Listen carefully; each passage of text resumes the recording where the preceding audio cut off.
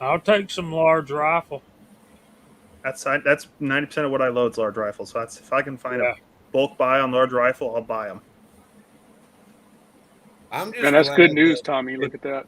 it's Yeah. finally starting to come back down. Mm-hmm. And I think it's mostly because us as a society quit buying it. You know, you want to charge $118 for a brick of 1,000, you can sit on them. Mm-hmm. Yeah. Well, I think also we're starting to see the Fiocchi primers because the Fiocchi plant finally got up and running, and I've been seeing them here locally. So Is that the one in Tennessee? I thought it was Arkansas, Okay, it Missouri, may have. Arkansas. I can't remember. They're opening them all over the place. It's hard to keep them straight anymore. Well, open more of them. Yeah, I agree. Tommy Boy Ain't, says those uh, under $6 ones were at Sportsman's Warehouse. I don't have one in my area, but I know a lot of folks do.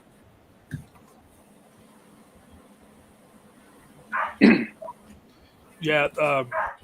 We've uh, we've got three guests that we can't make it tonight. Chris from 740. He's got a match in Pennsylvania in the morning. He's leaving at 3 o'clock. I'm like, dude, that ain't morning. That's the middle of the night. So, and Yeah. of course, Gene reloading from the hot pot is out to dinner with the beautiful Christine and somebody else. Oh, I invited Tennessee Picker, and he wants to talk about the. He can shed light on the shortages and the prices that we're seeing. Alan B. Pro, what's going on, brother? Good to see you out there, man. We'll go through the side chat here in just a few more minutes. We'll let a few more folks come in, and I'm gonna go shut my dog up. I have to throw him outside. Just bring him over here. Baloo will shut him up. Uh, that's kind of what I'm afraid of. No, they'll He, just be chasing each other around the backyard. That's all, he ain't honey. got no quitting sense. There's Ashley Ammerman. Hadn't seen that name out there before. Welcome to the Friday night live stream. Welcome aboard. Music Gary's with us. Yep. Hey, Gizzard. What's up, Gizzard? 6-shooter Texans here. Jason Stewart's out there. What's going on, man? I, I got people looking at me like, who the hell are you talking to? I'm like, you don't want to know. So yeah, we'll have there's Mr. Pollard. So Mr. Scotsman, you want to take the floor for a few minutes? Sure, Preach buddy. on. Preach on. All right, folks. So if you haven't seen the video already, go check it out. But here's what we got going on right now. So our good friend Lakeview Outdoors, Tony, has a lot going on with his wife right now. She's not very well, and bills are piling up. So we're gonna do what we can to help out, and I'm gonna do what I do best is be the weasel. So we are trying to raise $10,000, and I know it sounds like a lot, and it is a lot, but he needs it, and you guys have never failed me yet as far as any of this has ever gone. So I know we can do it, and I know we can do it in a timely fashion. I can tell you right now, I already have a bunch of emails and a bunch of text messages to the point where we are $1,000 in already, and then some. So um, we're not even half a day into this, and we're already at $1,000. So we're rocking and rolling already. Um, you guys have the option to either enter for a prize or not enter for the prize. That's up to you guys. And the prize is simply going to either be a custom pistol or a custom rifle built by yours truly. So you have that choice. If you do enter and you do win, that'll be your choice at the time. So biggest thing is helping Tony, man. Tony's been a very good friend of mine for many, many years at this point, and we definitely consider him family. So we help her own. Scroll the link, Jamie.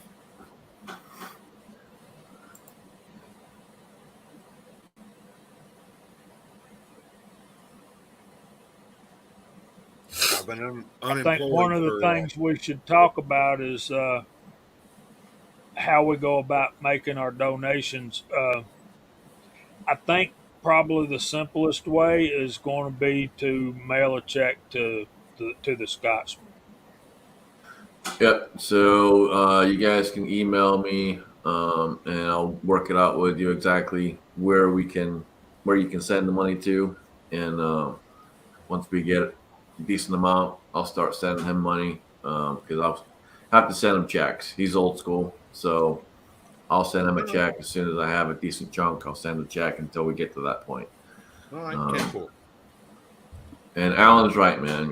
10 grand. It sounds like a lot.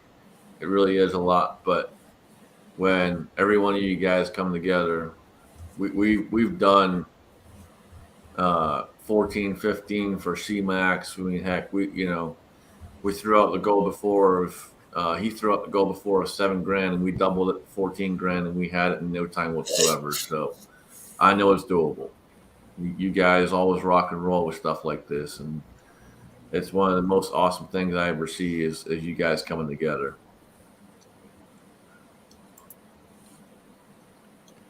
Yeah, it's very doable.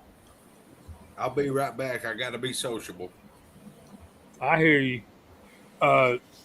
Those of you might not know, Kyle's got out of town company in tonight, so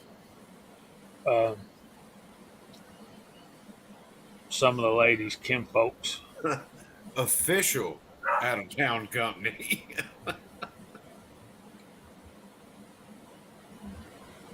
So, Hillbilly's crowd, thank you for sharing the stream tonight, Hillbilly, and welcome all those watching on Hillbilly Nation Facebook and YouTube.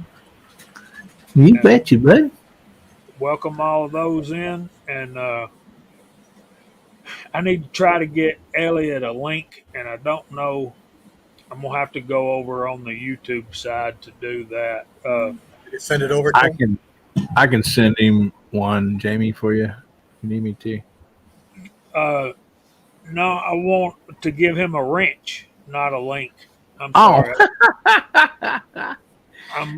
He needs a wrench so he can post links to stuff. Needs one to fix that Corvette too. Well, you know what one of my favorite guys says, and I'm going to clean it up because I don't like to say bad words if I don't have to, but sitting on your butt don't get your project done. No, it doesn't. And if somebody can tell me who says that at the end of their videos, I'll send them a JH586 sticker.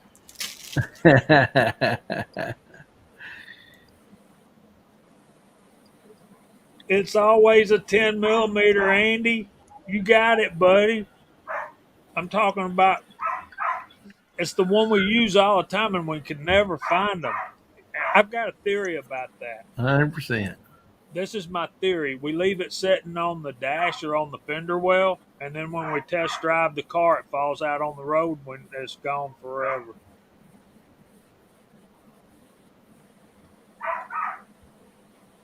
There you go, buddy. A lot of us sit down. Never been able to do it, man. I got to stand. Let's talk about this. Over the 4th of July holiday, I've got a week off, and I'm building myself a new reloading bench. and I'm going to make it where I can stand up and load. And I'm also going to get me a high stool, like a I was going to like a say, big that's all bar, you need. Yep. and so See, like I have a high stool, man. Like I'm on one right now, but I do not feel comfortable sitting down reloading whatsoever. I've always got to stand. It's just not comfortable to me.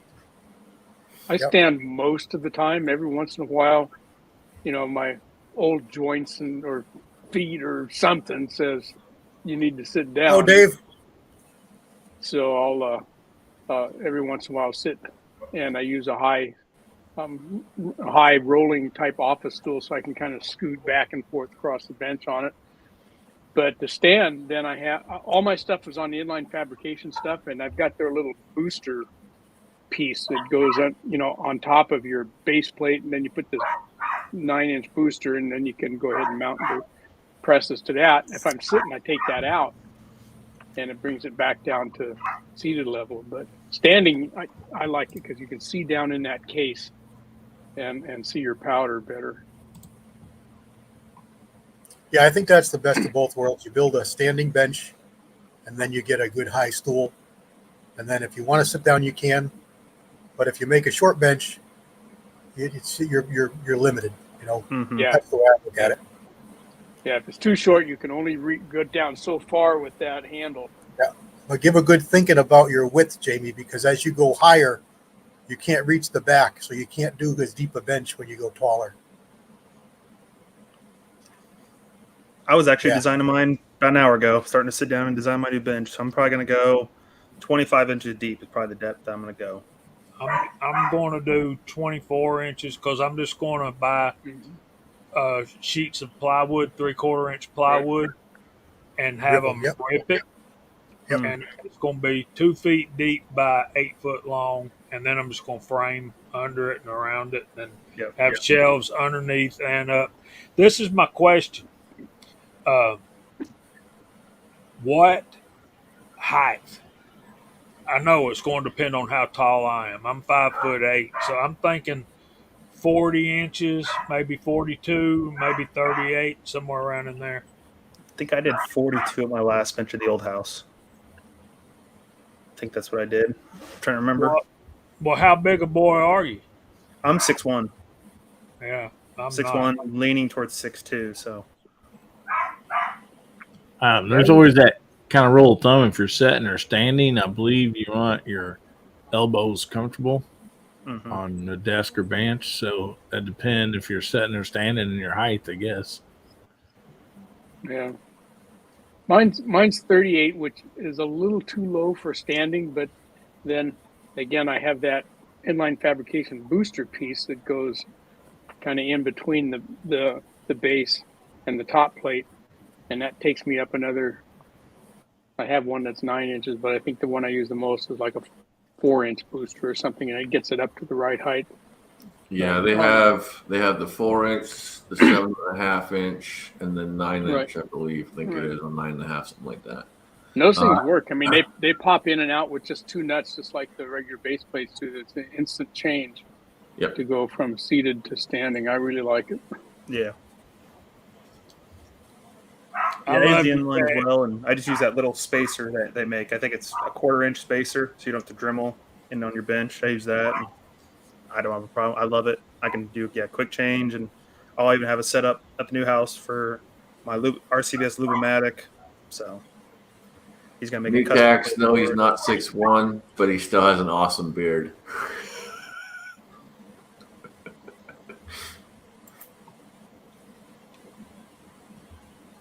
Yeah, I'm thinking 40 inches.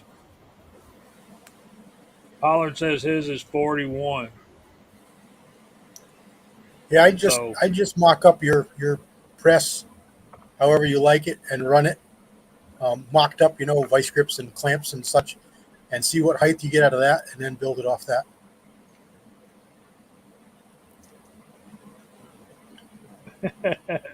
Ashley, you're fine at 5 feet. My wife's only 5'2", and she still puts up with me. So that's an amazing thing.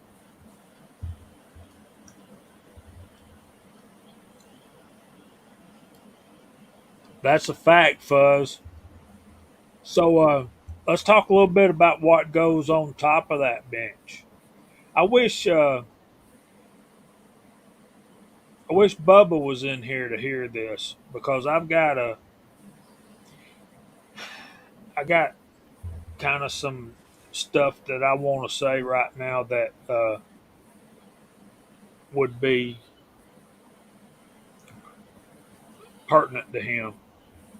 Uh, 6 shooter Texan, do you stand or you sit 30 inches?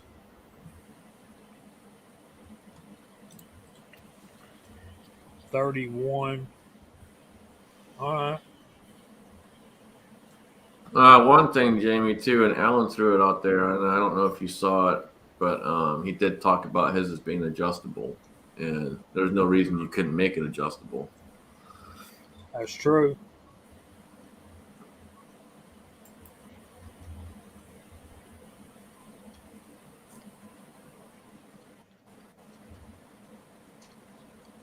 That's good advice, Jason. Yeah, I'd like my bench to be as the basic part, regardless of what's on top, to be as absolutely solid as possible. You know, with no joints or anything that's going to move anywhere. You know, I want 4x for legs. Yeah, know, you definitely want to and- overbuild it and attach it Yeah, to the wall if you can, floor in the wall if you can. and then everything else can go on top of that. You know, what else goes up? You need a shelf, I think, somewhere back there, Jamie. You know, I a think, 10-inch Andy- wide shelf at the back or something. Andy listed he made his out of 2x8s. I usually use 2x6s and 4x4s is what I like. Mm-hmm. 2x8 to me is a little overkill. It just wastes the space underneath that I use for storage, but it certainly makes it a solid bench. Mm-hmm. But a double thick top, double thick 3/4 inch top is bare minimum for me as well. It's got to be rock solid. You want to drive a truck on it. You don't want it to flex or move. Alan brings up a good point of the case feeder being too high. So my bench, Yeah. I'd have to go measure the height of the bench, but with the inline fab mount, literally when I'm standing up, if I put my hand all the way up, that's how tall my case feeder is. So I can, Yeah. it's just perfect for me. It's just at the right height. If it was a couple inches taller, I wouldn't be reaching it. Yeah. James Pollard is saying too. He's got an upper shelf. I don't know, James, if you've got a back a buckboard or a backboard back there for your shelf, but a shelf back at the back part of your bench to put your beam balance so it's at eye level, so you're looking right at that scale at eye level. That's a good way to go. I use one by stock. You can get away with small pine for your shelves in the back, but that's something that I always do is I make sure I've got a shelf at eye level for my scale, so it's right in front of my face. No bending or tipping. Yeah, and I don't have one, so I'm down here scooching down. Something else that I do is get yourself a magnifying glass, and you can put it right in front of the pointer. Another trick is you can put your cell phone right in front of it, and you can see it. You use the camera on your cell phone, because there's no parallax there. I don't know. I don't know if it, because I don't do the reloading, but I am fortunate to have some of my benches been able to top them with some like 1/2 inch steel, and I absolutely love that. I mean, that makes the best workbench top that there is, and so I don't know how it corresponds with like reloading and stuff, but it sure works good for everything else. Man, that sounds good. Nice. Man, look at all these ideas. Yeah, those Husky benches are nice, Jamie. They're not exactly pricey. They're a couple $100, David. What are you talking about? The Husky adjustable bench. Oh, You get one of those. They're a couple $100. Mm-hmm. And they just got a crank handle, and you can crank it up or lower it. They're good value. There's not a lot to them. It's just the base plus the tabletop itself. But Yeah, I'm probably going to they go work well. the new bench. I'm probably going to go 2x6s on the outside frame, a quarter or half-inch plywood, and then our local Home Depot is running a sale right now on 6 foot by 25-inch butcher block countertops, unfinished, for like under $100. I'm like, deal. So I'll finish that. That's no brainer. That's good You're- stuff right there. You're going to be sturdy enough as that 4x4 for the corners. And I'm actually going to do, if anybody, I know a couple of guys saw 2 weeks ago on the Reloading podcast, I'm actually going to kind of incorporate my Milsurp Duo name kind of thing in it. I'm going to get the 40 millimeter ammo cans, and I'm going to make drawers out of them. So, Yeah, have them out on the side. And I've thought about this comment Tommy Boys put Yep. up there. So I'm going to put my 2x4 across the front. It's going to be flat so I can mount my presses or my risers or whatever. All these great ideas, guys. Thank y'all so much. So we need There's to a ton of stuff coming up there. Sorry, Jamie. go through the side chat. What can we get them to type, guys? Bench. Well, there you go. Type in bench and we'll call your name out on the radio, TV. Nobody misspell it. There's no T in bench. That's exactly what I was thinking. See, one of the cheating parts about this whole thing is when Walter comes up with the word to type, he's always the first one to type. That's Too planned. bad we don't give a prize away for that. So I would be I'm seeing new names out here. Hope y'all have a good time tonight and hope you come back. We got Walter Viejo, Tommy Boy, CW, Bearded Lunchbox, Duffer 426, Alan B. Pro, James Pollard, the Scottish American Tactical Fud, Senior Master Sergeant Bulldog, new Tex I Can, as opposed to the old Tex I Can. Jerbear Tactical, Dwayne 7834, Trees of Blowing. He did an unboxing today. Steve's Woodworking and Homestead. Georgia Trapping and Fishing, Hey Trapper, Info Bros, Harm, Bama Dad, Jason Stewart, Andre D'Angelo, Daniel God is my judge, Corners and Doors. I bet he could build a good bench. Walks Fletcher, Andy 79Z28. I need to come back to that, so I'm going to pop that up there right now. Hobbies Hobo, 6-Shooter Texan, Garage Guy 87901 Guy, Reloader 762, Alan B. Pro again. All right, guys. Hillbilly Up, Fuzz T Fork 8. And there's a link. Andy 79Z28, Milsurp Duo. Georgia Shooting Connection, that's Kyle. Del Poe, M1A2 Abrams Tank Jag 1. Tactical Fud, there's AR Gun 1776. Burnaby Sanchez. And I think that's everybody. You're getting better, man. You're getting better. Yeah, but you can ask Pollard. I still don't read as good as Chico. One thing I'd like to ask you guys about the reloading bench, it's something being like having a garage, my dad had a garage and body shop still open, but it's been like 40 some years.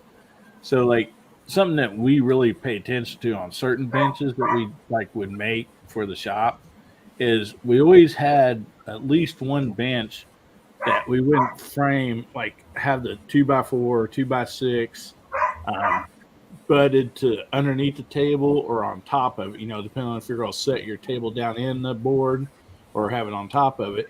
We would lay flat because had the bracing behind it because we wanted to be able to C clamp or bolt, clamp something to that bench face and certain benches we had. And so that's one thing we learned out. We made a mistake, if you got a 2x4, 2x6, then it takes a longer C clamp or whatever to clamp something to the front of it if that's needed. And I'm not for sure, since I don't reload, if that ever comes an issue with you guys or not. It definitely can be an issue because we can bolt or clamp all kinds of stuff up there, particularly when you're trying to figure out the orientation and layout of where you want your stuff to go.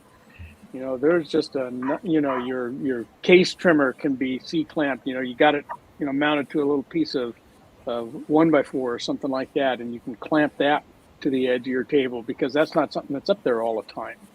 So that's a good point to have, an 1.5 inch, 2 inch overhang there. Not only that, but if you use the inline fab base plate that routers into your tabletop, that thing requires a couple of bolts up front to go through. And if you've got a by 4 or a by 6 up there, it's pretty hard to get that done. So you've got, if you got a little bit of overhang, doesn't take much, but 1.5 inches or so is a good idea, I think. Yeah, it's something to think about.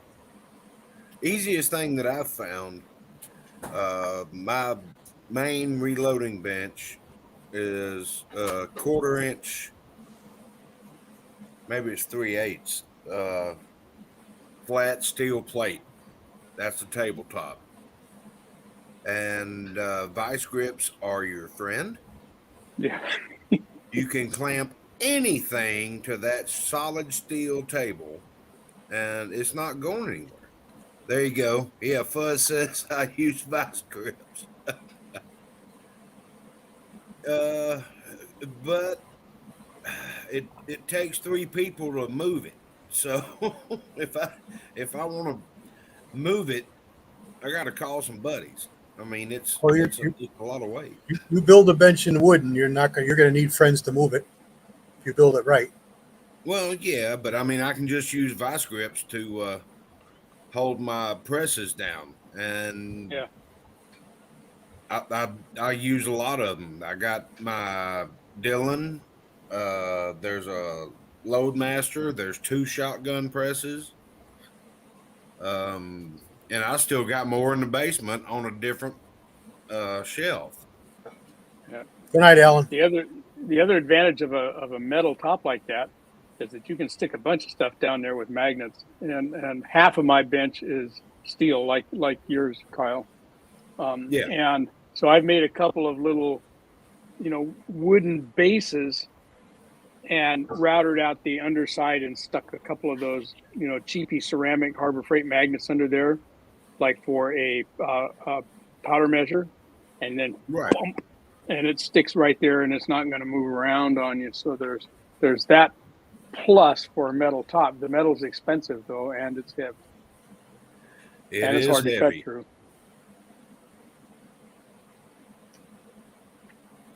Something else that always happens to me, and I mentioned it in one of my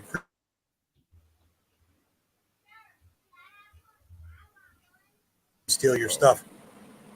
Also, when you're working on things, they inevitably hit you in the top of the foot and then go to the back corner underneath the deepest, darkest bench, never to be seen again. So I like to have shelves under my benches, but I seldom put them on the floor to stop that because, well, frankly, the floors they're not perfectly flat, so you never get them quite perfect, and it can make the bench rock if you do that. So what I've been doing is taking a piece of 1x3 or something along those lines that'll bend and flex, and put it on the back side of the legs and screw it in just across the front.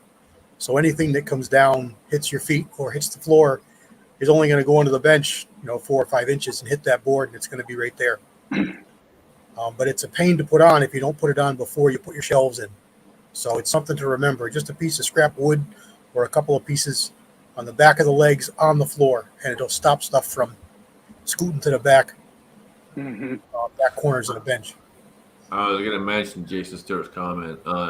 Yeah, you gotta watch Home Depot, man. Home Depot, their prices could be one day and jump the next. You gotta be real quick with them.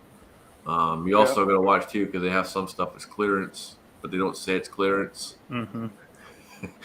and you gotta jump on it, man. But they do have some really good deals. You can find some good stuff. Speaking of Home Depot, I'll mention one other thing in respect to reloading bench and surfaces, and this would apply to folks like me who have limited space. Okay, I live in a little small 2-bedroom condo. My whole condo is 1,000 square feet, and I think that counts the garage. I don't know. So everything that I've got in that garage, other than my main reloading bench, is on carts. So I've got my drill press and all my drills, all that stuff's on a cart. All of my molds and my pots are on a cart. But Home Depot has a really stout Husky cart with that 1.5 inch by, I think mine is my casting cart's 52 inch by 24 wide on locking casters. That sucker is stout. And you lock that in and it ain't going anywhere. And you could easily make it, it's at the right height for a reloading bench.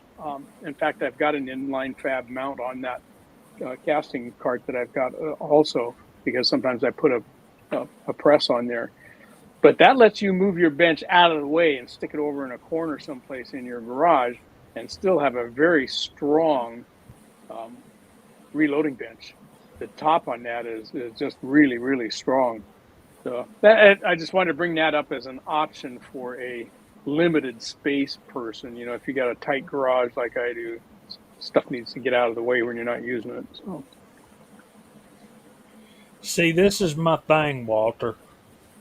I'm wanting to build this bench in my reload room. Y'all got to remember that my reloading room doubles as the wife's junk storage. So every time I'm continually organizing and throwing stuff away and putting stuff up, and then the next day I come home from work and she's cleaned up and it's. I'll tell you right now, Jamie ain't lying. I've seen it. So this is what I'm doing is I'm claiming this room, and I love it. I'm going to build this thing in here. I really liked. I think it was Hobby's Hobo's idea about making it a standalone bench. This is the thing about that. I kind of want it up against the wall so I can do what Daniel says, put the pegboard in the back and that kind of thing. And then again, I liked Hobby's idea of having it in the middle, you know, so that you can record stuff from the bench and have the wall in the background. But I don't know. Yeah. I've always liked the idea of an L-shaped bench in a corner too, so that you've got a return on one side so that you can reach over here and have stuff here while you're doing this, and maybe your scale can go on the L side or something like that. That's handy if you got room to do that too. I don't have room to do that where I am. But. Julio made some changes to his bench. He made some jut outs a few years ago, and it is really handy. They don't have to be that big. You know, if they come out a foot and a half, just enough that you can turn and work, that might be an option for you, Jamie. It doesn't take up as much room, and you might be able to stick one or two or make an L. You know, stick one or two out. It might be an option. They don't have to be super wide, depending on what you want, what you need that space for. You know, if you're just going to trim there, or you're just going to, do case prep there, maybe you don't need a 24-inch wide bench. You get away with a 12-inch wide bench there. And one thing to note for anyone out there that's new to reload and maybe doesn't know or is just getting into it and is wondering about space and options and all stuff like that, you can do it literally in this much space. you don't need a ton of room. And back Oh when yeah, I first come over to my started- house. Yeah. Over my when I first started, I literally had one of these small Black and Decker Scotsman. pop-up folding Take benches. a ride. It won't work. You don't Maybe need a to lot. start. So Pollard says design don't it to be scared to jump self-cleaning. into it. I saw that, and Good. he also says design a self-cleaning bench. Yeah. Any surface that's off the floor, anywhere in the house becomes the catch-all. My And brother-in-law had the same problem. He made himself a real nice bench, and every time he went to go down there to use it or down to do something, the wife had something all over it. She was all over because it was a nice bench, nice flat surface. So the following month, he spent like a month, three weeks. He made her 2 benches out of sheets of plywood. So they were 4 foot by 8 foot, freestanding right in the middle of the floor, in the basement. He never had a problem with her taking his bench again. She could spread out with multiple projects and multiple benches. She was golden.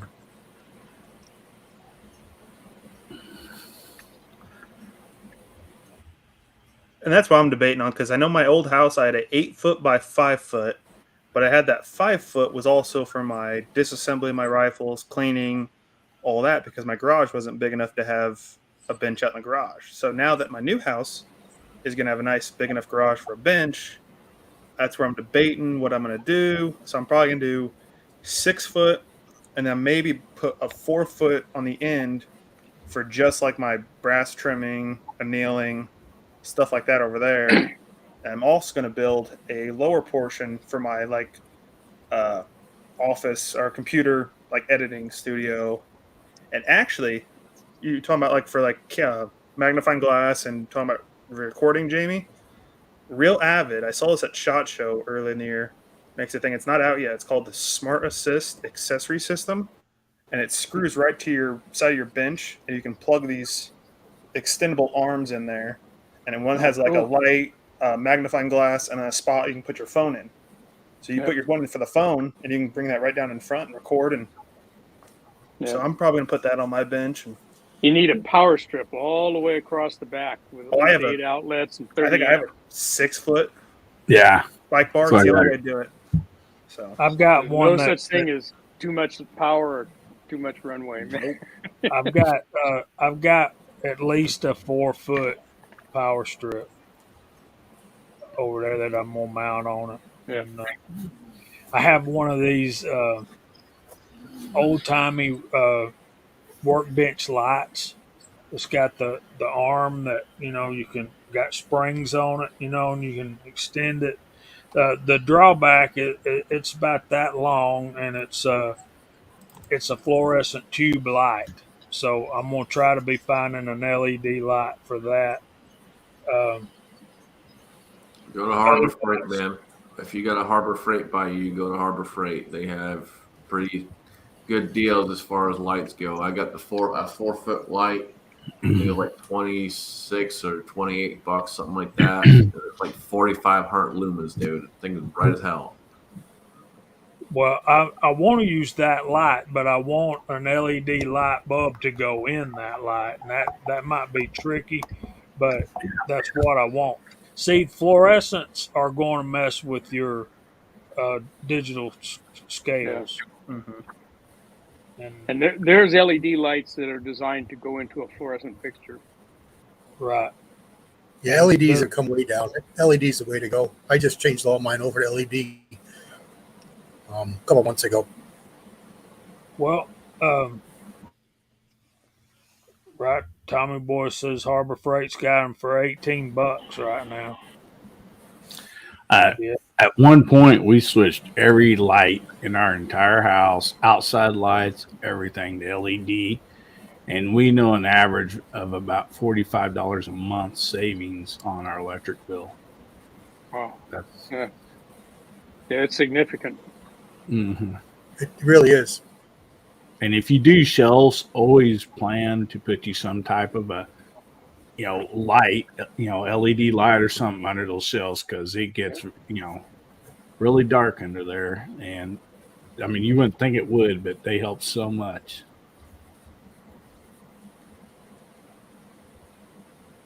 You guys are awesome, man. I'm telling you, y'all just blowing that You got- side chat up over there. I didn't know this was going to be so popular, and this topic wasn't even planned.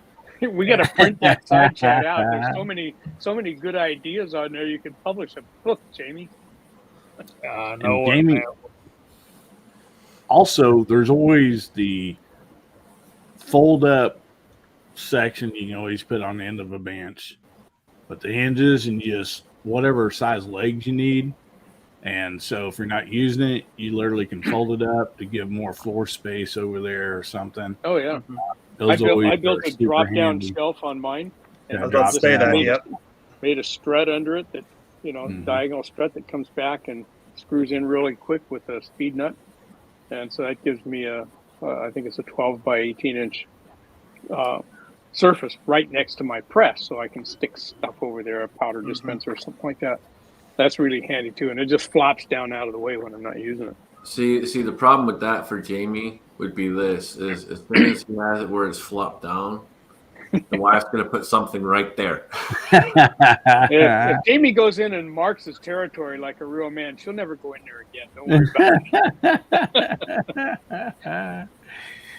it. Under cabinet putt lights. A pool table with flip up Dillon mount. There you go. No, I like whoever had the idea of the Husky carts from Home Depot. That's probably what I'm going to make my casting bench out in the garage out of. So I think Yeah, that's what mine's Veteran on. or somebody, Yeah. and you can bolt it right to that top, and it's not going to go anywhere. Yeah, So- my Yeah, casting I'll use stuff my is in a molds. big old Husky. It's one of their big ones, Hmm. and I've got a lot of molds, and it's got one Harbor big Freight fat has them drawer. too. Yeah, I have the Harbor Freight 5 drawer that'll go down next to the bench. That's got all my bench tools and everything. Right. But other than that, I'm looking for something that I can strictly put my casting stuff on. So I'm probably going to lean towards just do a nice cart I can just roll out in the middle of the garage and go to town. Yeah, shelves and drawers are very helpful. I mean, Yeah, I've got one 4-shelf unit there. I've got a 5-shelf Gladiator unit from Lowe's there, and a 5-drawer filing cabinet over there.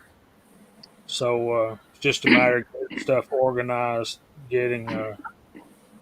if you use a Lee APP press for depriming, and that or bullet sizing, a pull-out drawer doesn't have to be big, but it could even be just a pull-out surface right below where that press would go. It's great because then you can put a catch container right there and drop your bullets right into that and then push it the heck out of the way when you don't need it. I wish I had a drawer under mine, but I had to make a little bracket thing with a cardboard box under it. But we had a pull-out, slide-out drawer or surface right underneath that where that APP is going. That would be great. Good night, Jerry Bear. And, Good night, Jared. check out Mr. Pollard. I have 2 benches so that one is halfway clean. Yeah, let's don't clean it off. Let's just build a new one, right? Yeah. You It's want a more clean fun, bench, yeah. just move all the stuff from bench A over to bench B. Now bench A is clean, man. Right. But I'm telling you, building a bench is a whole lot more fun than cleaning one up. Oh, tell me. It is, man. It's I've seen some people buy a new car and buy another car just because they didn't want to clean the trunk of their old car out. Where the keys wore out. self-built powder shells. That's an interesting concept, Rebel. One thing before we get to the next thing we want to talk about is today is June 23rd. In less than 2 weeks, we've got July the 4th. Remember, 5 o'clock, 4th of July, Let Freedom Ring videos, people.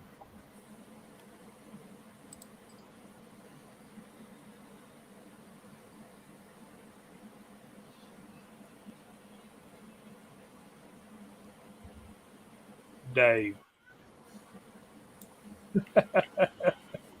And is there a hashtag let freedom ring with no spaces or anything? Or Absolutely. Yeah, anytime you go ahead and do the Let Freedom Ring, you do just hashtag Let Freedom Ring all together. Yep. yeah, I missed it last year, guys. I'm not gonna miss it this year though.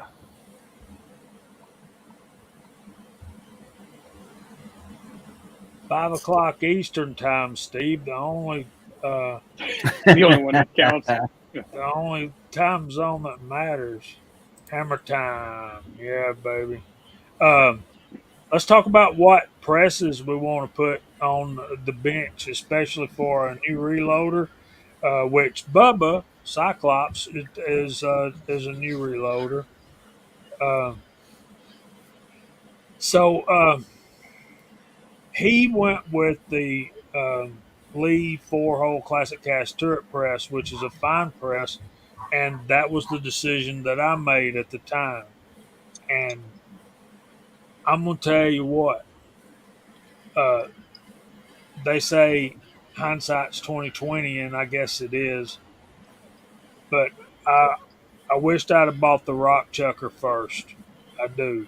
And now I have a Redding T7.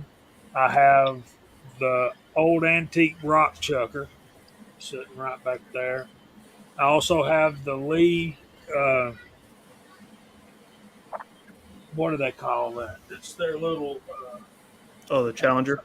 The reloader. No, it's a 4-hole progressive Oh, the turret. press. Yeah, the No. classic turret. No, the No. well, 4-hole was 1000? the progress. It's called Yeah. the Breech Lock Pro, Breech Lock Pro. Oh, Yeah. okay.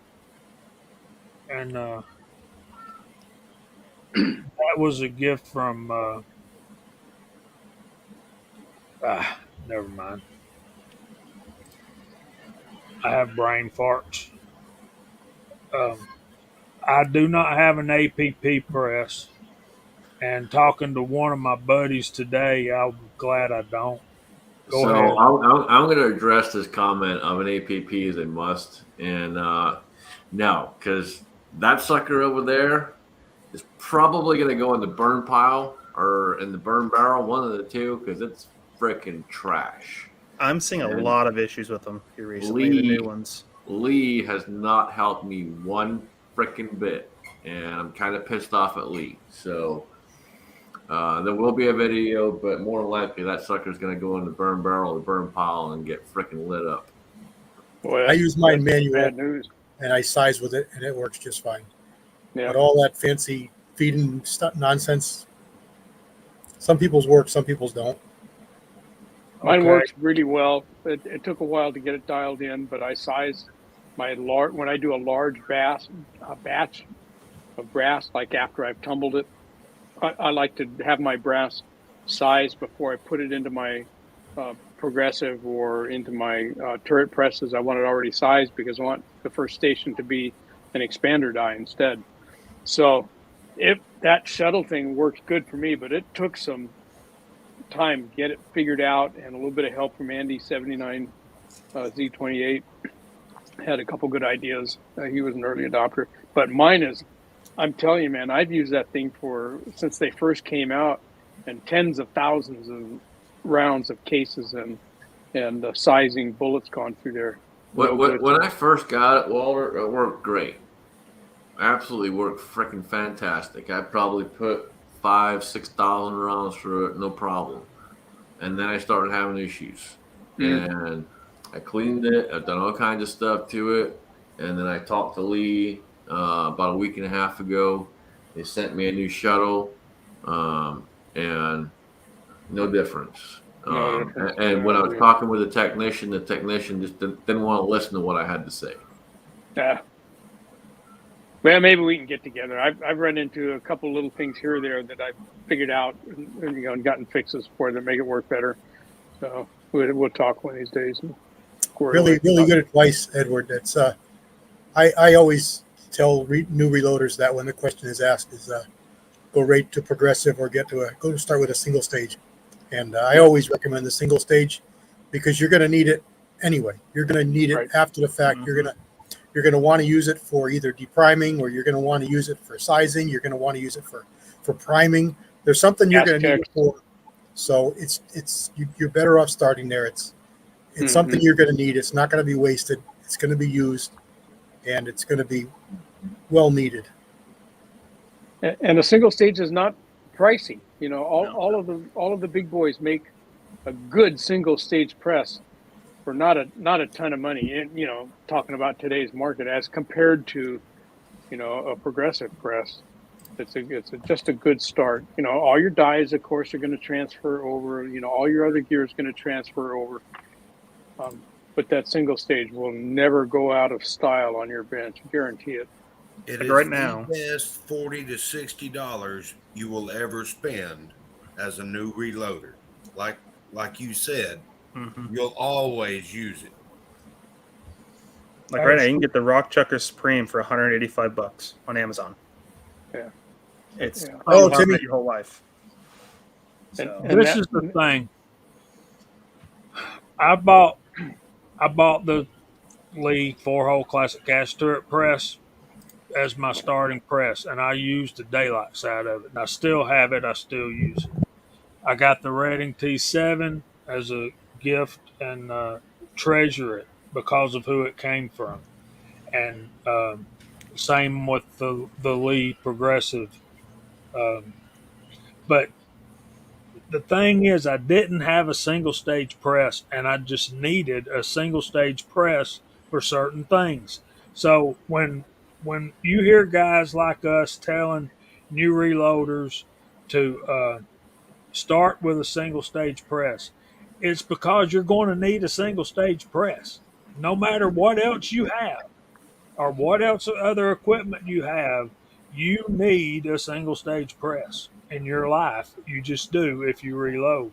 Now I use mine for everything from sizing cast bullets to sizing rifle rounds, rifle brass to depriming, and you can go pretty fast. Yeah, I just love my old Rock Chucker. That was a gift from Willie. It'll never leave my bench. It just won't. Yeah. It's a great way to start because it allows you to focus on one step at a time and figure that step out. Figure out your sizing step. You know, what's going on. You can get in there and look at it. You don't have to worry about that next one coming around in line and what it's going to do. And I think that's important. I'm with CW on that too. You know, that first one probably should be a single stage press and get a decent one. You know, get one that you're going to have for a while. Well, you're going to use it for the rest of your life. Absolutely. You know, I use mine for all kinds of things. Sizing bullets. You know, if you're a beginning reloader and you decide to get into casting, you can use that, put a sizing die in there, and go to town. You know, you don't have to have another 4-hole turret or anything else. Just have that little $40 Lee press, and that thing works great. Yep. yeah, it also depends on what you're loading. Like, for instance, when I load for my Martini Henry, the Rock Chucker is the only thing I can load it on because it's 1 1/4 thread dies. You're not going to load that on a Lee 4-hole turret. You're not going to load that on 90% of the presses. So Right. you need something like that Rock Chucker. And plus, when you're sizing that brass, you're putting a ton of stress. So it's I've probably loaded or formed probably 200 cases, and I don't even feel like that press is going to break. It's just they do the job, that's for sure. Well, see, I had one of those Lee C presses, the little small cheap ones, and I actually felt like I was fixing to break that thing on several occasions. Well, Yeah. they can be broken. They're just pot metal. They're like Yeah. I wouldn't do anything heavy duty on them, but they're usable, just I've not for got the one. It's heaviest my duty. decapping station. You guys Yep. have seen my video probably on that. It just Good it for lives priming, on one good of my for cards. Good for fine. pistol stuff. Just I wouldn't use any no case forming with it or No. any heavy duty stuff. I wouldn't use it. But the Lee Classic Cast is a fine press. It's as good as anything anybody makes. It's as good as any rock chucker. It's a fine press. But it's Yeah.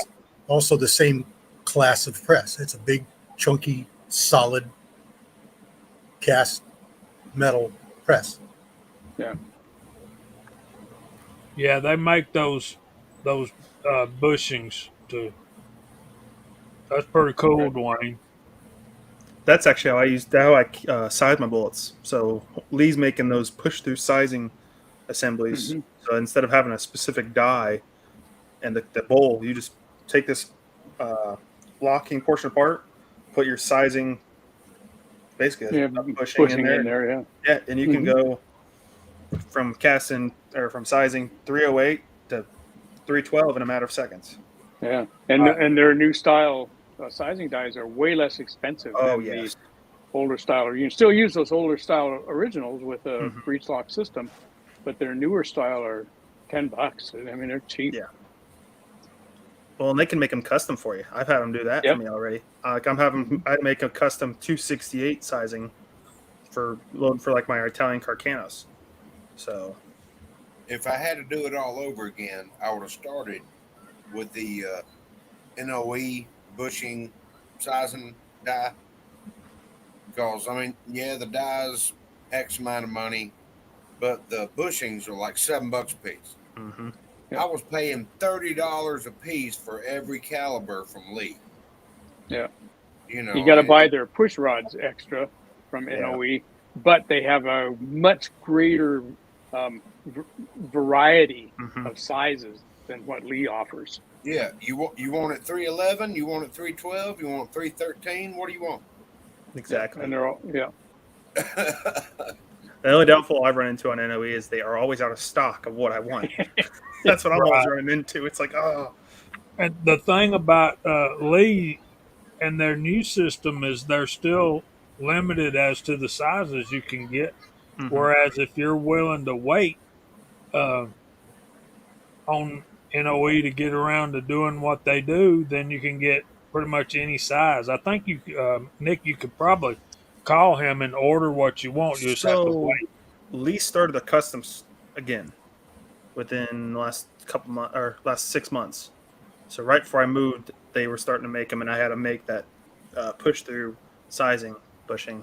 So they're starting to do custom order stuff again. So being that they're starting to get caught up, and but like I called them the other day, asked about some custom dies, but that's different. So I got a guy that's made some custom dies. I'm gonna be ordering here in a couple weeks. So I've not had the privilege to play with the Lee separate inserts and all that stuff. I've just been using NOE because that's what I've had for the last 5 years. So if y'all think it's great, preach on it. let me see. Let me jump on Titan Reloading, see what those things are running right now. I think I paid like $16 for the original thing, and then like $10 or $11 for each of the bushings. yeah. And I got the conversion thing for bushing from Lee, so that it can accept their quick change bushing things. And Of course they did. They're $9 for the bullet sizer and punch for the standard. Now the custom runs are $12, and all it is, it looks literally just kind of like a socket. You drop that into a bushing or like a lock and load, or kind of like the Hornady lock and load system. You drop that in there, take out your bushing like on a rock chucker. That just goes in there. Your cup system, same thing as the old way. That just screws on. Your standard push rod goes in the shell holder. you're golden. So, Yeah. but of course, right when I had them make it, they made a custom run. They're selling them now. I should have waited. Well, they probably used yours and then They probably did an did. overrun, because you go look on their on Lee's website, and go look into their dice or their sizing dice section, and they always have a bunch of Yep. custom overruns, that they'll sell you. I'm seeing like 4 more custom overruns I got to order here in the next month or 2. They've taken so much of my money. Titan has. Hey, Yeah, they're easier to deal with than Lee. So being in Illinois, I could never order straight from Lee because of stupid taxes and all that in Illinois. yeah, I haven't tried it Right. since I've moved to Kansas yet. So All right, let's address this question from Jason Stewart. Jason, what I use is the Lee Universal D-Primer. And then and you're going to see this in my 308 series. What I'm going to do is I'm going to take the expander ball out of my sizing die and use the NOE mandrels to set my neck tension. I think that's going to work more better. There's Mark Thomas. We have a new member of the panel. Welcome in Mr. Gene, reloading from the hot pot. What's going on, bro? Did you get your belly full? Yeah, I got my oil got my car got fed with some new oil and got my belly full. I had the Yay. fish and chips off the senior menu. All right. Hey, Gene.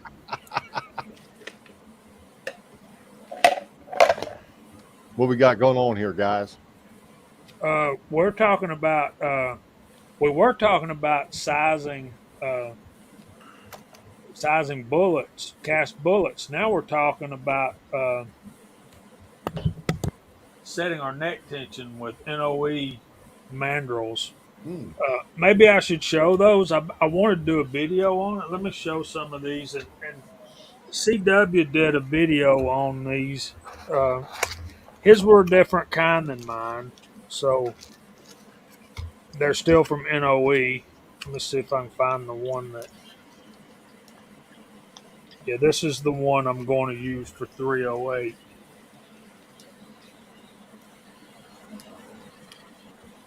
So bear with me a second. Yeah, living in Ohio, I heard that thing about Lee. They couldn't sell directly to me living in Ohio because of tax issues. So I just went through Titan. But all the customer service I've had with Lee before that tax thing happened was excellent. I mean, they'd send me as many parts as I wanted. I had to pay $6 flat rate shipping. That was their gig. I had to pay the shipping, but then they would send me all the extra parts I wanted, which was great. So I got this brass. This is 308 Winchester BHA, I think, or BMA match. This is from Reloader 762. Look at this stuff, man. It's just beautiful. He's already deprimed it and cleaned it. But how I'm going to be... Let me get this over here, see if I can do this. See, you got this. This is a sizing decapping die 308. Do I need to blow this up? Maybe.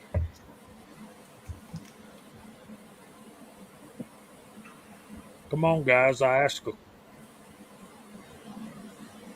All right, here we go. All right, I got this, and what I'm going to do is I'm going to take this out. And I'll take this off. And this is your, this pretty much serves as your neck sizing. It comes back through there. They call it an expander ball. But rather than use that, I'll take this part off and put it back together and maybe just leave that whole thing out. I don't know. And then just size the outside of my case which I just dropped in the floor, but it'll just go up in there and form the outside. Then, yes, it's going to make sizing 2 steps. But I've got this Lee Universal Flaring Tool, and the difference between the mandrels I've got from NOE and the ones that CW had is the ones CW's had were powder through, and you could use them with the die that also that expands the case and also puts the powder in. So what I'll do is I'll take the insides out. It comes with these 2 things, and then I'll put this mandrel from NOE. This one is 306 by 310, I believe. Yeah, 310 by. So you got a step right there that's 310, and then this main part right there is 306. And you're going to put that down inside there, and then I'll probably put this back in there to back it up. Then I can put this back in there, and what I'll do is I'll get it as close as I can by screwing the die in. I'm like CW. I don't like using this. This is aluminum and it's screwed into steel. And what's going to happen right there is if you get this too far down and you put too much pressure on it, you'll just strip this right out of the top, and that would be bad. That would be real bad. But that's the theory. What do you think of my theory? The frogs like your theory. Uh, They're singing. Walter has the right answer. Walks has the right answer.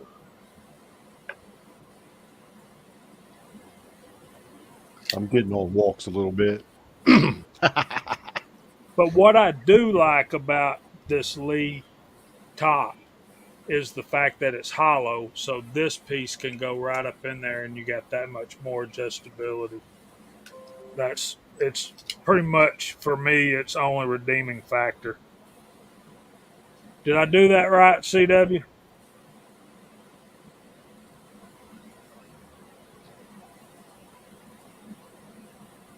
He said, please enjoy this hold music while you wait. I agree with you, Gene. 30-06. Best cartridge ever. Man, just Here 2 we World go Wars. again. Exactly. I'm going there. 2 World Wars. That's all I got to say. It's the only time I'll say that. Cornbread and Actually, 270. 3 wars, Have if you can three truly fried agree. right there. Well, I work at a reloading supply, and I sort brass. I sort rifle brass. Let's see. The ratio between 30-06 and 270 is 10 to 1, probably. 10 to 1. Yeah. 30-06 winner. So we know who's shooting the best cartridge in the world. Everybody. I love 270, and I really love and have used 308 a lot. But 30-06, it'll get the job done. Oh, it got the job done. Well, the best way to think about it. For What was decades, 270 yes. created off of? That's the thing to think about. 30-06. It's So- it's its little brother. Yeah. Little brothers are always jealous. Well, I use 30-06 or 308 in the military a lot, and it was either that or a 50 cal. Let me put it to y'all like this. I've never lost a deer with either one of them. So, Ashley, what do you want to know about the flags behind you? Did you have a question about those flags? One more time. She mentioned the flags in the background. Sounds like she wants to see him, Jamie. She, like, kind of tuck your head and show what they are.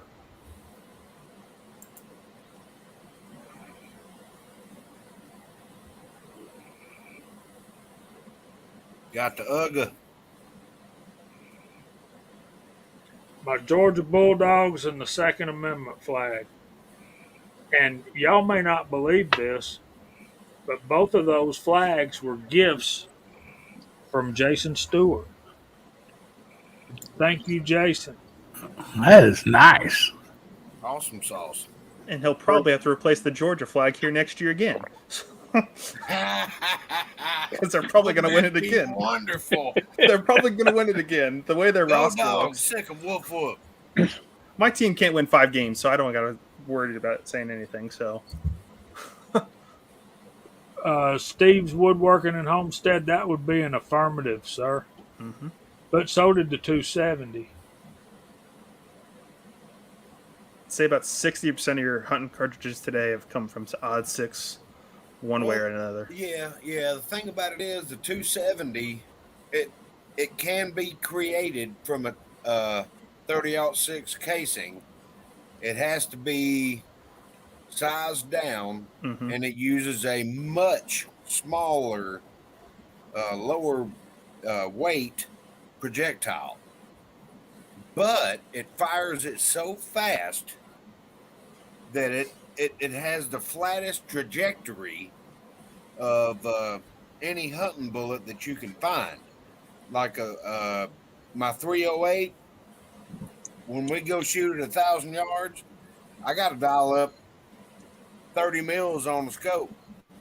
I mean, I can hit it, but I mean, Jesus, you got to lob it in there like a football.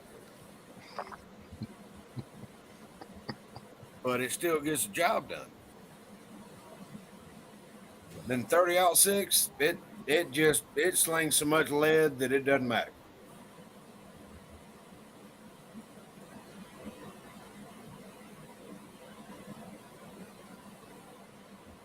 Okay, somebody else talk now. I'll say this: the only thing I use 270 brass for is forming 7mm Mauser. That's the only thing I use 270 brass for.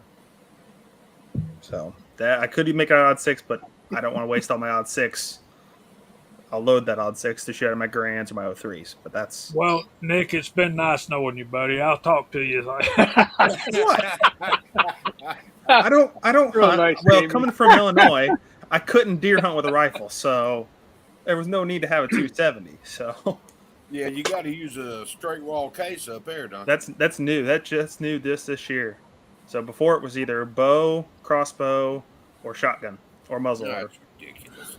Yeah, now they're Yeah, well- starting straight wall cartridges here. So Yeah, we use sharp sticks and rocks around here.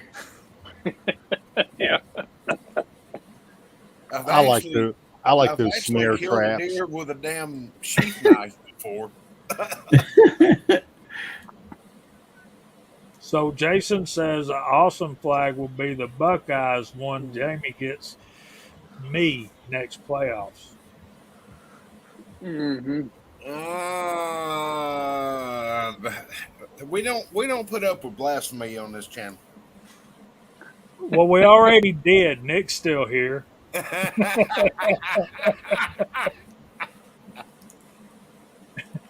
I get picked on being the youngest, probably one of the youngest reloaders out there. So I'm used to it.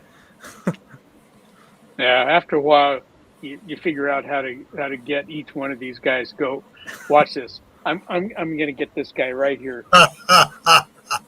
The best cartridge in the world is a 9mm being shot out of a 1911 with a 115 grain round nose bullet. Am I right or am I wrong? Go ahead, you can slap me. I will have to disagree with you. With the 2011 and He's the gonna other. jump through the screen. Yeah, Walter, you need a 2011 in the other hand. Yeah, they're illegal in California. Well, I was at the LGS today, and I walked in there, and I bought Miss Hot Shot something, and I was picking it up, and I looked over in the case, and there sat one of the Rock Island double stack 10mm 5-inch barrel. And you bought it, right? Nice. I called. It's behind the counter now. He said, I didn't Oh, buy that it. would be fun. I only took with me what I had to pick up her new piece. I got that Rock Island 38 Super in 1911, and I'm kind of liking it. It was not an expensive firearm. See? I paid a little See? more than I should have for it because they're hen's teeth out here in California. There's Right. only two 38 Supers that are on our roster, so I found this one. I like it. See, Well, I what I like the tell you. caliber anyway. Caliber's great because I got I'd that never Timber steer you commander wrong. size. and he loves it. It's a Rock Island 38 Super. He loves it. And I went over to his house. We reloaded some ammo and took it out and shot it. And thing shoots great. Another local shop of ours has the Rock Island 22 TCM 9mm, Hmm. and it's used. And Well, they- that they- guy up they're still there, he's the one who steered me onto 38 Super. Said, "Well, you ought to go get 38 Super." Well, I said, there aren't any out here. And he said, "Well, you look around, you'll find some." And he was right. I like that caliber.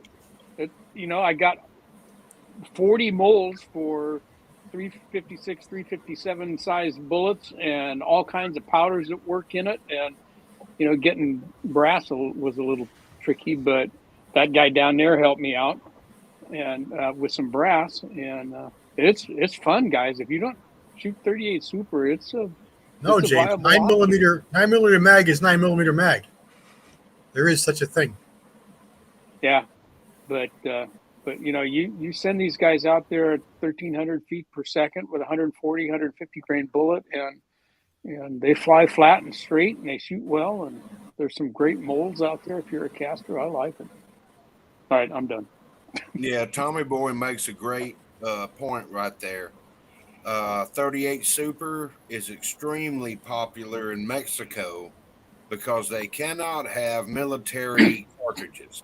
They can't have 9mm, 40 cals, 45s. That has to be. Well, they can't have anything the military uses. Yeah.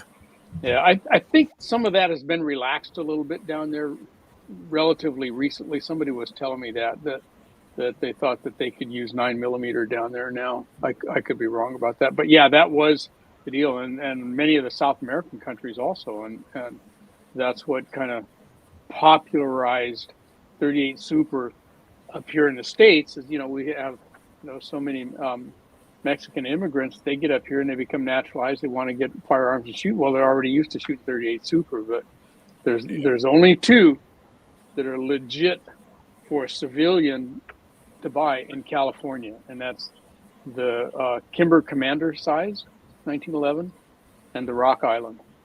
That's it. And I got both of them now, so I'm happy camper. But that Kimber's a good one too. It shoots good. I've shot Worm's got both of them too. I've shot the full size and I've shot his little Rock Island snubby, and both of them just shoot spectacular. I mean, it's a fantastic cartridge. I don't know if I would trust it at 100 yards. I'm with you there. I don't even know. You guys have seen my videos. I shoot it between 25 feet and 50 feet. That's kind of it for my handgun stuff. But I like that cartridge. I've been kicked off of ranges for busting sporting clays at 100 yards with a Colt 45.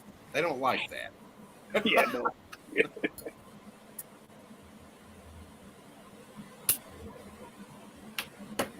Heck, I think Jamie's seen me do it. Or seen me be kicked off. Or at least be scolded for it. Good night, Andy. Thanks for being here, buddy. Good night, Good Andy. night, Andy. And Andy, here's a special thank you for all of that stuff you've been sending out lately to everybody. Man, you did a whole bunch of solids for a lot of folks out there over the last few weeks. So good on you for all of that, Andy. And I just sent him another medium flat rate box packed full of zinc wheel weights. Oh, good for you, Gene. Yeah, he needs it. Yeah, and anybody else who's got zinc that they're not using, get a hold of Andy. He will be happy to take it off your hands. I'll have another box for him next week. I got another 5-gallon bucket to go through, and I already got half a box in another tub. By the time I go through this other 5-gallon bucket, I'll be able to fill another box. Good night, Doug. Yeah. So Good night, Doug. I'll keep him with plenty to play with. That's one thing I got to find. I got to find a new lead distributor around here. I had all the little hidey holes back home, but I haven't found anybody local out here now. What do you do for a living, sir? I work for an engineering company. so we don't have any lead. I sit at a desk on a computer all day. Just buy from Okay. Roto Metals when they do their sale. Well, I'm only an hour and a half from Midway USA. Well, So and they Midway do- USA sells Roto Metals, Yeah, but you and can so get I- Roto I can- Metals when they do their sales for free shipping. That's true. So But just hold off and get it then. so you don't. I can go and do a direct pickup from Midway USA. You can do like Okay. curbside because they're a warehouse. Plus, Graphs and Sons online is like 45 minutes from Midway USA. So Yeah. just make a road trip day on a weekend or Right. something. So I was going to say, if you're in the industry where a tool truck, whether it be Snap-on, Matco, Mac, or Cornwell or whatever comes by, go out and talk to the guy, because he goes to tire shops, yeah, and just tell him what you're looking for. That's how I ended up with, and hell, me and Jamie's gone through 3 5-gallon buckets in just the last week. Yeah. That's not counting everything that I've sorted out, melted down, and everything. I got a bucket right here. I can't even move. And Nick, you're talking about moving, and you had mentioned earlier that you thought you were gonna maybe check out the local gun club. Talk to those people about mining the berm behind yeah. the target. That's the plan. Also, That's there's what a lot I of do guys. at my club, and, Yeah. and there's only one other guy at my club, and it's a fairly good sized club that's doing this, and those people are literally calling me up saying, "Well, you got to come out here and get more lead out of this berm," and it literally takes me 5 minutes to collect 90 pounds of range scrap. Yeah. Yeah, Good there's a lot of deal. guys Yeah. I know out here that already shoot. They shoot muzzle loaders, so they're shooting that pure lead and some of that other stuff, softer stuff. I need to get with them, see if they know any little hidey holes where they get it from. Talk Nick? to them. You said you're moving to Kansas, right? Yeah, I'm in the Kansas City area. Okay. The show coming up after this, Gizzard Gary. Okay. Him and, Well, I know, yeah, Gizzard's like Snob an and all hour that, from they're me. yeah, they're from Kansas, so Yeah. they might be able to help you out too on that. Yeah, I've been messaging Gizzard, so I'll probably get a hold of him whenever I get settled in the house, and so I'll find something. Well, I got you know- a pretty good stockpile right now, so Yeah, the ratios between the junk and the lead is beginning more and more junk and less lead. But I've got 2 different tire shops. I get 5-gallon buckets for $10 a bucket. And what I do is I give that to the tire changer boys, and it's a courtesy, you don't have to give them anything, but I talk to the manager. He said, throw them $10, man. Let them get something for lunch. $10 a bucket. Okay. Fair enough. Another tire shop my best friend owns, which is where I was getting my oil change tonight. I just go pick up from him. And then we got another little local shop. I go in about the first of every month, and I usually get between a half and a 5-gallon bucket out of there. So I just go in and talk to people and go, hey, because nowadays it's not trying working. to hurt It's not Mac Man's feelings, but I talked to my Matco dealer, and he said, "Are you sure you want lead?" And I'm like, "Yeah." And he says, "Round up a bunch of empty buckets, because that's what they put it all in, and then run down here to this shop right here. I've already talked to them, and they're good to go." I went down there, and goodness gracious. I mean, Jamie, Did you get a little bit? Jamie can tell you, there's still 7 5-gallon buckets sitting down here, and me and him went through 2 of them in the last week, not counting everything that I've done. So, find you a tool guy and talk to him, because they can help you out. Yeah, I just- and make no mistake, sorting through your wheel weights to separate out the steel and the ceramic and the zinc from the lead takes some time, and you got to pay attention. And even if you're gathering range scrap like I do, there's a certain amount of equipment and time investment that's necessary to do that, and it's lead, it's heavy stuff, so a little bit of work, but nonetheless. I feel blessed to have this. Basically, my alloy base is rain scrap, which is antimonial lead for the most part, about 3% antimony, and from that you can build just about anything other than shotgun slugs. So it's a great thing if you can get something going like wheel weights for free or rain scrap for free. It takes your cost of a bullet from 35 cents for a jacketed bullet down to a penny and a half for a cast I was gonna after say you've 2 added cents your maybe. alloys and stuff. Yeah. We got a question here. We need to say good night to Bearded Lunchbox. And Ashley Ammerman had a question about what's the best home defense gun for a lady. And That's a big question, Ashley. That is a Yeah. great question. I'd like to Yeah. hear everybody on the panel's answer to that one. well, I'm obviously not wrong because Dave Thorzak said the same thing I did. So I recommended a 20 gauge pump shotgun, but this is the right answer. Go to a range that rents guns and find one that fits you, that you feel comfortable with. That one right there is not a bad success. Yeah. That's a good choice. Find one and shoot 500 rounds through it. You know, rental is a good way to start. Yep. And shoot a bunch of rounds through it and make sure that it's comfortable for you and you feel confident with how the firearm works and that you can, you know, point and shoot and hit something within, 10 yards or so, and try several. But I like the idea of a shotgun in the house. That's what's going to work. You talk about point and shoot. That's what's going to get the job done. So Mike Hester agrees, and so does Garage Guy. Actually, a 9mm comes in so many different platforms that. And then I'd have a question on that. Top of that, she's thinking 9. Because I worked at a gun shop for 6 years. First thing, if she's thinking 9, I would have her try to rack a slide, say on a Glock. If she can rack that slide, she can rack 90% of the guns on the market. If she can't rack that slide, I'm going to go with a Smith & Wesson 9 EZ or Smith & Wesson 380. the 380. Or they just came out with what's called the Equalizer early this year, where it's kind of a mix of the Shield 2.0, so it's getting that single to double stack, and a mix of the EZ, so it's got that nice big frame, but still has that easy slide. And I've shot it, great gun. It all just depends on how much can you rack that slide, because if you have to use it in self-defense, you're going to be stressed. And right. If you have to have what he's talking about, Ashley, is inside the slide there's a big old strong spring that absorbs recoil and helps sort of reset the firearm if you're not familiar.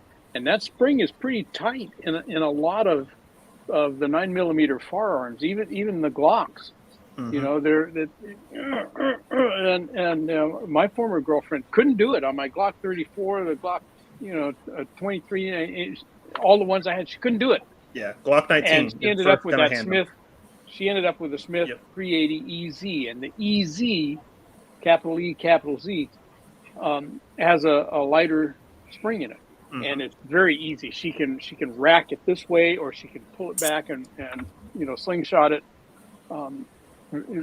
So that's a good option, but I still think the scattergun is a better way to go. Another thing is, all depends on how your house is set up. She would have hurt herself trying to rack a slide on those guns, and the easy shield. I mean, she has no problem with it. I mean, it's a good deal for that. And then I also know somebody that has arthritis in their hand, and they actually carry that because of that reason. Good point. I'm getting there. It's getting harder and harder for me to do it. Okay, listen. I got it right here. Listen, Nick, Milsurp Duo, one thing you're going to have to understand. I'll wait till he gets back. He needs to understand some things about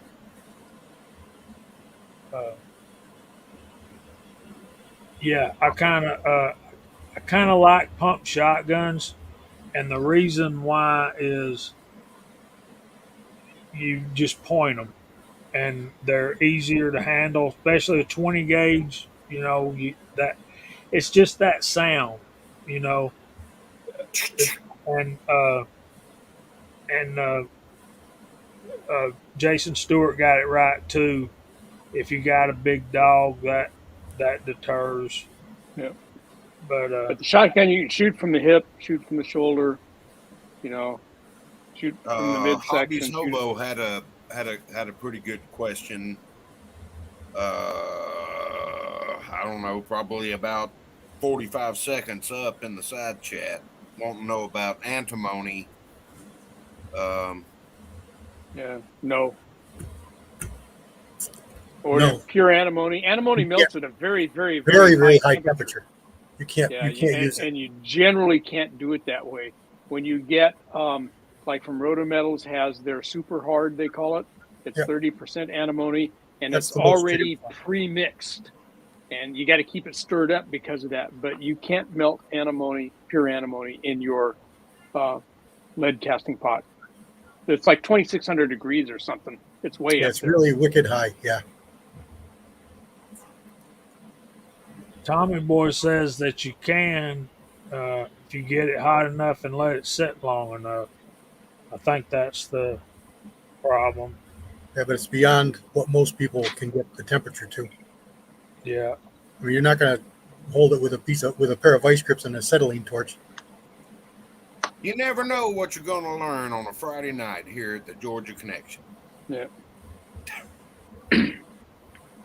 Yeah, buying super hard or linotype is pretty high in antimony.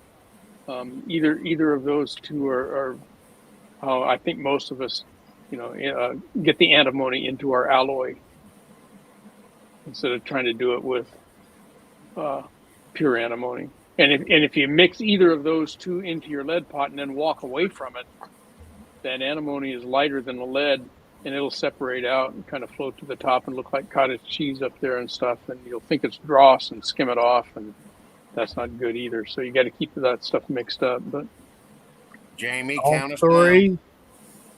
And 3, 2, 1.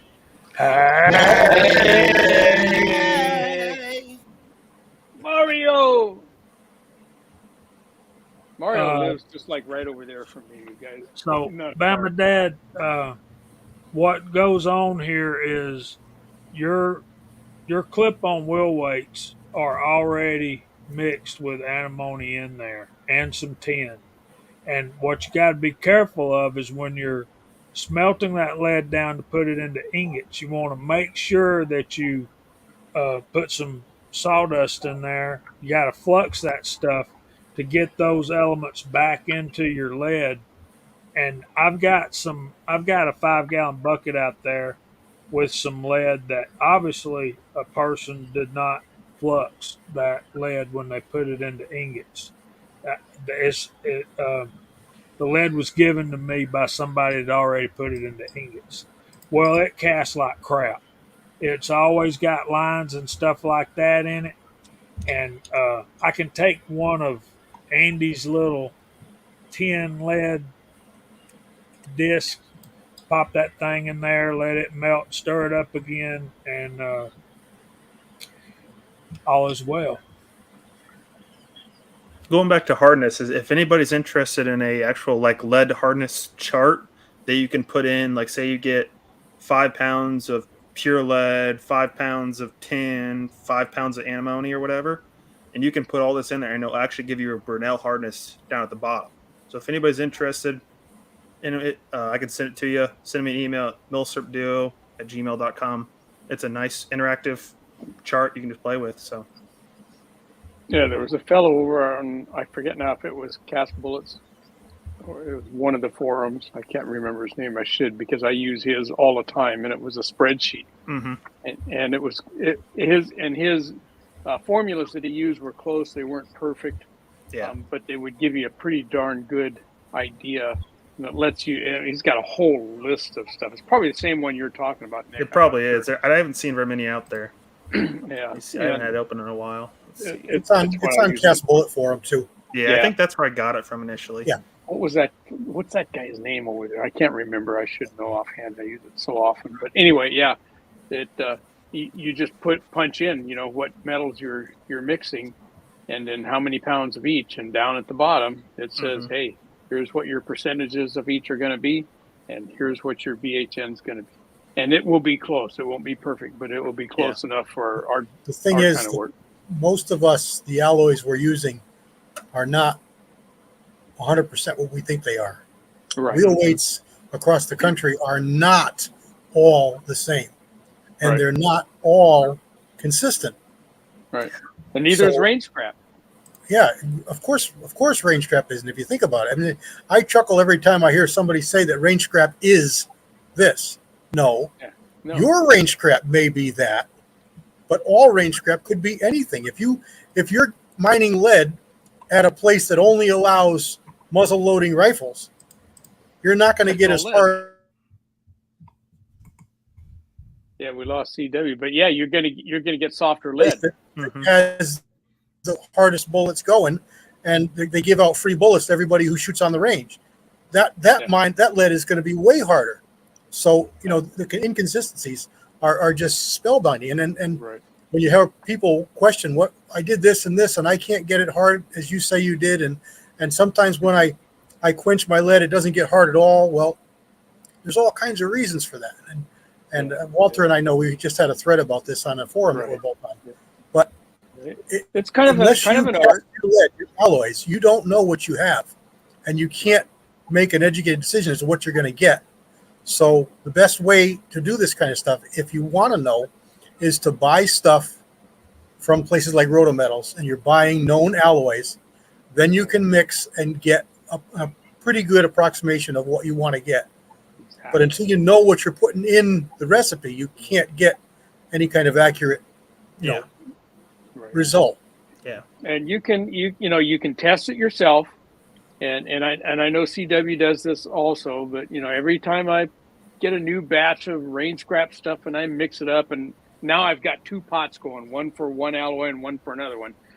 And every time I mix up a new batch and drop it out of that pot, I take a bullet, run it through the whole process with everything else, run it through the baking process and stuff, but with no powder coat, and I test it, and I see where that stuff is.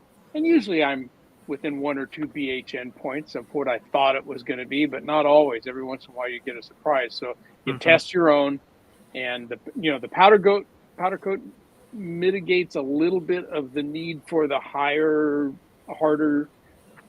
lead to a certain extent. If you powder coat, you can do with a little bit less hard lead, but and lead also seasons. If you've got antimony and copper and arsenic and tin and all this in it, it's going to season, which means it's going to get harder and harder the longer it sits to a point. And it actually would get softer too if it sits long enough. Yeah. So there's so many variables to make an absolute statement that it is going to be this is just a fallacy. You just can't do it. It's an art, more of an art than a science. Let's talk about Chad Kelly's question down here. And if you haven't seen Chad Kelly's channel yet, he's done a 6 Creedmoor build over the last 6-8 weeks or so, Chad, and he went out and shot this thing yesterday, and he built himself a gun. You guys, he tested it at first at 50 yards, and he put his first 3 rounds out of that thing into a pencil hole. And I'm not talking about a clover leaf. I'm talking about if you stood in front of the target and poked it with a pencil, all 3 rounds went into that hole. He was smiling and dialing on that one. But anyway, he's got a good question down here. Let's look at that. I don't understand his question. He shot it and his bolt knob came loose. What bolt knob? What? I don't understand bolt knob. The knob the handle on the bolt? Yeah. They're solid. I don't know what kind of an action is it? Impact action. They may be a screw on the inside. I wonder if there's a little set screw. Yeah. Yeah. If it's got an extended bolt knob on it that somebody's tapped and threaded on, those are usually fine thread, and it's probably just needs a thread locker or something on it. Mm-hmm. There is no wrench flats or anything on it. I would just take it off, take it apart, clean it up real good, get it good and dry, no oils, and put a new thread locker on it and put it back on and let it sit for 24 hours or so.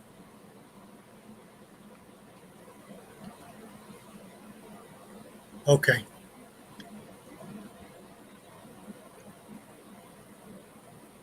Yeah, you're just going to have That's to put coming. that in a vise and put a rag around it and grab it with some channel locks.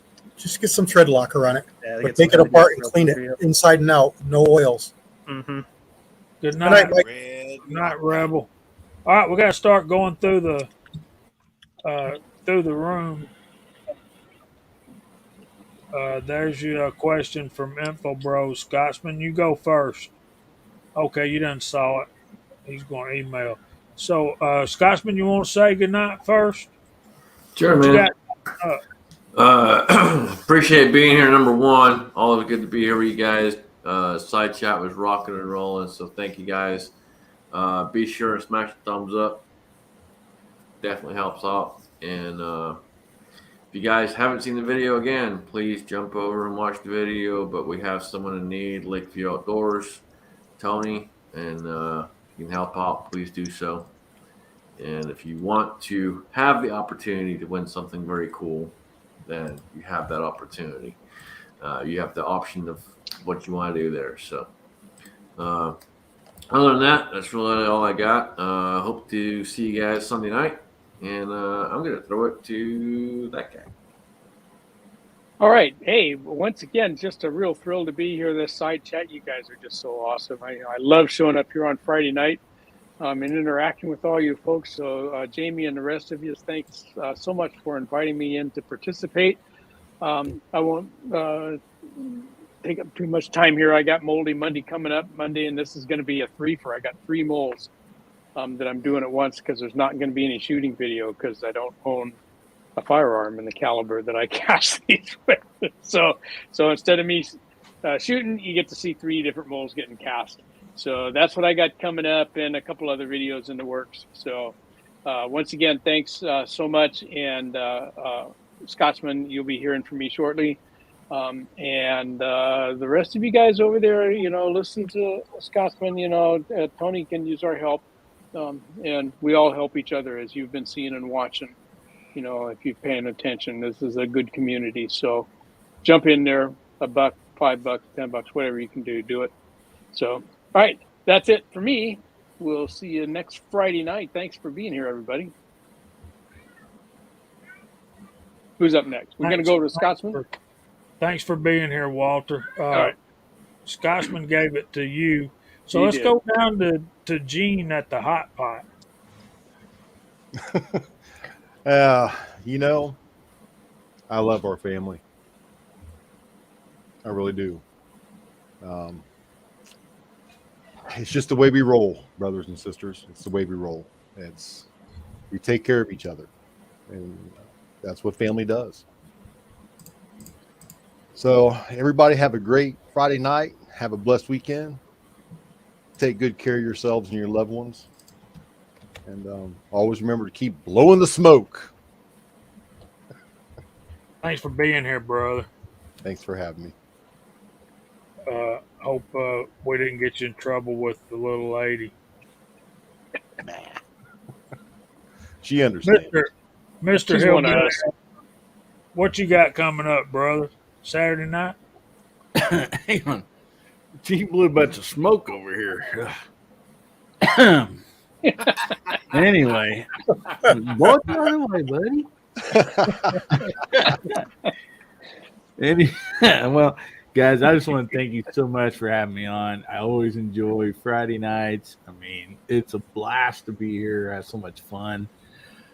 Oh man, see, tomorrow night, Saturday nights, that's my live show and called Guns, Beer, and Therapy, and we do that at 9 Central, 10 Eastern, and we just try to have a lot of fun on there. So if you ain't doing nothing, and appreciate you jumping over and visiting with us, and got some great videos coming out. I really can't give any hints about them yet because they just kind of give it away. But yeah, I got some good stuff lined out up and heading out next week. So anyway, I appreciate you guys so much, and like I said, I love this community too. Scotsman, it's a great thing that you brought the attention for one of our, brothers needing some help in his family. So make sure we'll all get over there and try to help towards that. And I'll get with you and see, put out another video or something, at least get people over to your place, your channel or something, and we'll get it focused, and try to help a family out, buddy. So appreciate you being the person that you are and always helping, jumping in there head first, buddy. So thank you. Very good. Thanks for being here, brother. Hope to see you tomorrow night. You betcha. Mr. Nick Millsarp Duo, it was great having you on for the first time. Hopefully you'll want to come back, but for future reference, we don't say that ugly G word here. Love you, brother, but yeah. Yeah, thanks again for letting me have me on again, Jamie. I know I'm always in the side chat every so often when I get free time, and yeah, if you haven't checked out the channel, it's kind of on a standstill right now until I get in the house and get a bench built. I really concentrate on Millsarps, as you can see in the name. But yeah, odd thing, if you haven't ever, I know a lot of people in the side chat already watch it. I see a lot of names I recognize. Tuesday nights at 7:05 Central, we have the Reloading podcast as well. So if you ever want to watch something more reloading information-wise, check us out. We have a lot of knowledge on that as well. And yeah, I know, Jamie, you and I have talked about having maybe just a specific show on talking about Millsarps. So yeah, we'll figure that out for the future. Yeah, we definitely need to do that. I only have 2 or 3. I've got an 8mm Mauser, and I have a Finish M39. So we'll get together and do that. That'd be a good workshop on. We'll do a live, but we'll record it and then we'll release it on both channels. That'd be fun. Sounds good. Yeah, hopefully by then I'll have my annealer. I want to get a nice little bench top lathe when I get the bench built. So I'm gonna try to get some nice big tools for down there. So. Well, we appreciate you being here with us, man. You've been fun. And, absolutely. Hopefully you'll want to come back. Oh, absolutely. So, Mr. Kyle Lusk, what you got coming up? I just want to say a happy thank you and give appreciation to Nick for being here tonight, and everybody else on the panel: Hillbilly, Gene, Scotsman, Walter, CW. Thank y'all all for being here. I'm dealing with somebody from the Department of Defense. They're in my house. It's Angel's brother. So, Kyle, tomorrow for breakfast we're having eggs, bologna, and gravy. Just so you know, at my house. Yeah, that's a Tom T. Hall song. So, did DJ Play Nice? Did we get you squared away, brother? I know I've been trying to get in touch with you for a week and a half, but I think you sent me an email. We got you squared away. Can I not finish saying good night to everybody? Yes, but I had to say that while we had him. I want to thank everybody in the side chat for doing everything that y'all do, and y'all are what keeps us going. And the great panel that we have is awesome. And just thank you, everybody, and have a wonderful weekend and stay safe. How about that? Cool, Kyle. Thank you, brother. Um, yeah, just to clarify. Um, okay, thanks, DJ. Appreciate you, brother. He said we got an email going, so that's. I'm old. I forget these things. To clarify, Kyle gave me some smoked bologna last weekend, and I've been thinking about that Tom T. Hall song, "A Week in a County Jail," ever since he gave me the bologna. But y'all don't, if y'all don't know that song, go look it up. No Jiffy mixed cornbread. Do what? No Jiffy mixed cornbread. No, absolutely not. Absolutely not. Jiffy does not make cornbread or claim to. So, y'all be a good example for Nick now. I had to tell him we don't say the G word, and now you're talking about Jiffy cornbread. So. I don't even use Jiffy cornbread mix. I'll tell you that right now. There is no such thing as Jiffy cornbread mix. There's corn muffin mix. Yes. Yeah. There's You don't Johnny watch bread, corn muffins, not You don't watch- cornbread. We're gonna Somebody have, cheating blocks, we're you gotta gonna go to have Bubba's ban the channel. J word. CW, help me, brother. Come on. Say goodnight. Tell them what you got coming up this week. Bring us home, Hi. brother. I have nothing planned, but we'll see what we come up with. Like I said, I had a full week this week, and we'll see what next week brings. But I'm glad we had a really nice chat tonight. Welcome, Nick, to the panel. It was really good talking to you, man. And thanks to the side chat, a lot of good stuff going on. We didn't even get to a lot of the topics we had thought. Some of the topics we had thought about, but we got on that bench topic, and it really took off. And it was a lot of great information flowing both ways. So hopefully, we got Jamie with all the information he needed, and we helped out Nick with his bench build. And keep that stuff in mind, guys. We're very driven by you guys in the side chat. So if you've got stuff you want to talk about, bring it up and make sure we see it. And for sure, we'll get it talked about. Can I just say one more thing? No. Okay. Of Just course. did. Angel's brother, I'm just gonna call him Jay because I can't really give his name out. He was like, "What kind of people do you hang out with?"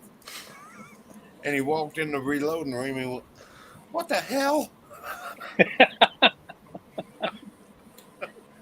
Hey, goes, talk about a "Well," ragtag team. He said, I'm coming down here if shit goes sideways."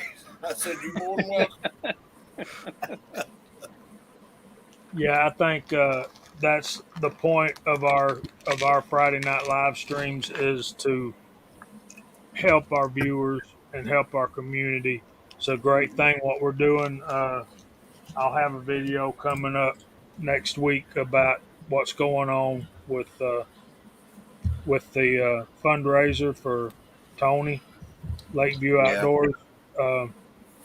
We'll get that rocking and a rolling and see how quick we can. Shoot me an email with a link. All right. You'll just have to get with Jason, get with him about what to do. So he gave out his email. So y'all email Scotsman if you want to make a donation, and we'll work it out. We've got, let's see, Monday nights we got MacMan. Tuesday night is the Reloading Podcast. Wednesday night is Chris from the 740. Thursday night, we're starting to see AR get back active a little bit, and 76 Highboy Reloading. Of course, Friday night, we do this, followed by Gizzard Gary. He's probably already started. He's probably mad at me for going so long. Then Saturday, we got G23, Uncle Jim, and the American Hillbillies Guns, Beer, and Therapy show. Then Sunday we have the Trapper at 2 o'clock Eastern time, and then at 7 o'clock we have the Sunday Night Roundtable on the Scottish American channel. Also, let's see, Caliber Corner. Travis P11 has moved to Monday nights at 5 o'clock. So right as you're getting off of work on the East Coast, he's doing that thing he does. So anything else? I You'll just never forgot need to one leave your thing. If I house, can man. say it real quick. Oh, sorry. Go ahead, Hillbilly. I was just gonna say I forgot. I have a short that just came out. Just the last little bit here. If you get a chance, go see it.